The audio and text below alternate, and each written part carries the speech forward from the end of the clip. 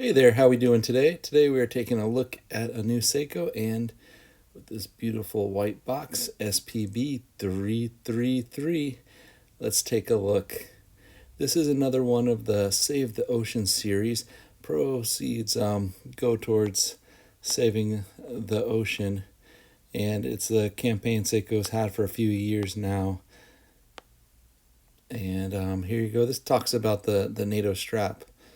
And we went over that in a couple other videos. Let's take a look at the watch. And here you go. Wow, this is pretty killer. Um, the face again, they're going with the whole glacier, Antarctic kind of vibe and feel that's been going on with the Save the Ocean as of late.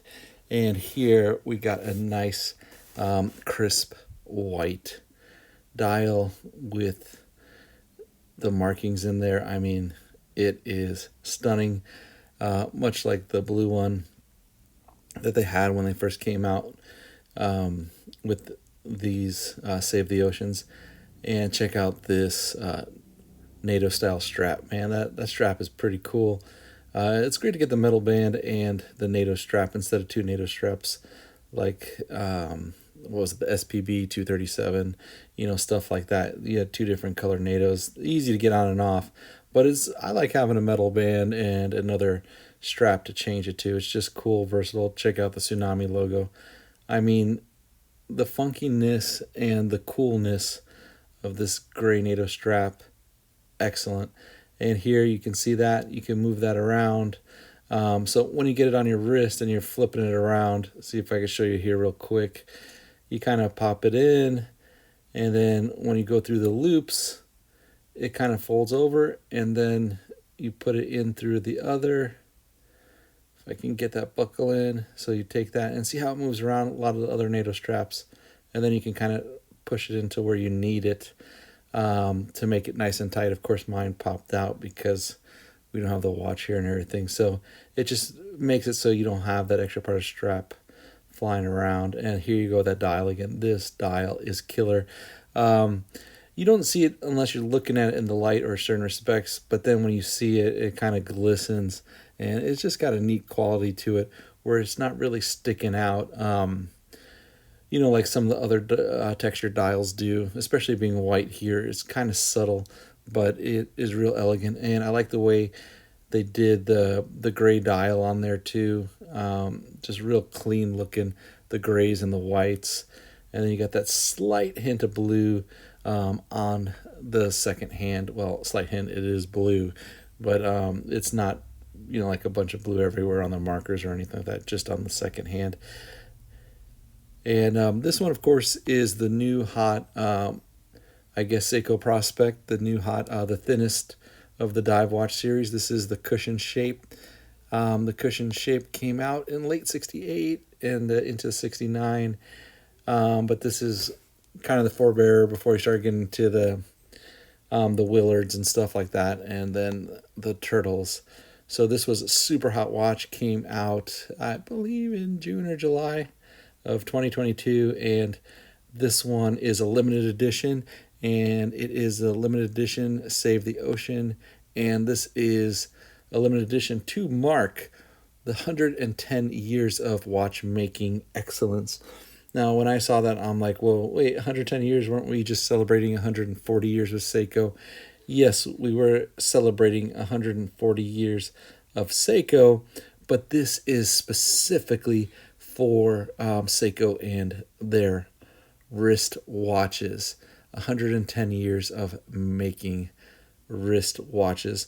Now, another limited edition of the series, a Seiko Presage is coming out, and around the same time now we'll have that video up shortly too, and it's based on the Laurel, their first Seiko wristwatch, and actually Japan's first wristwatch. So the 110 years is not the age of the company, but the 110 years is of Seiko wristwatches. Because before then, you had pocket watches, and they did clocks and stuff like that. So we are talking 110 years of wristwatches, and that is what this limited edition commemorates. You had a few years ago the 55 anniversary of Seiko Dive. So you'll see different years and you'll be like, oh, and it might get a little confusing, but they're all for different things that they're celebrating. When you've been around so long and you got so many big anniversaries, I don't blame them for celebrating it. And I'm glad that they decided to pick the cushion shape, the thin Prospex here. And instead of it being another Willard, we kind of did a lot of Willards last year with the ice divers. And, they've been kind of doing just a lot of them. So here we go. You can switch it out and put the strap on it. Man, this strap just looks killer. It looks a lot better than it does in the pictures, and that's just a phenomenal looking watch. You wear that, everybody's going to stop you, ask you about it.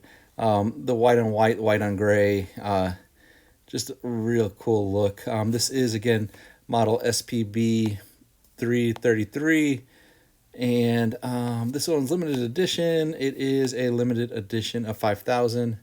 And here you go. This is the thinnest Seiko Prospex watch. You see it here on my wrist.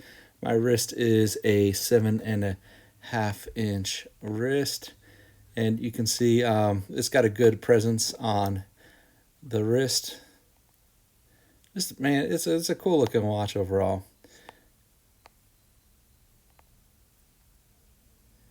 And the diameter of the case, it's 41 millimeters there, and the thickness of this guy is 12.3 millimeters. And the length, from top to bottom, 46.9.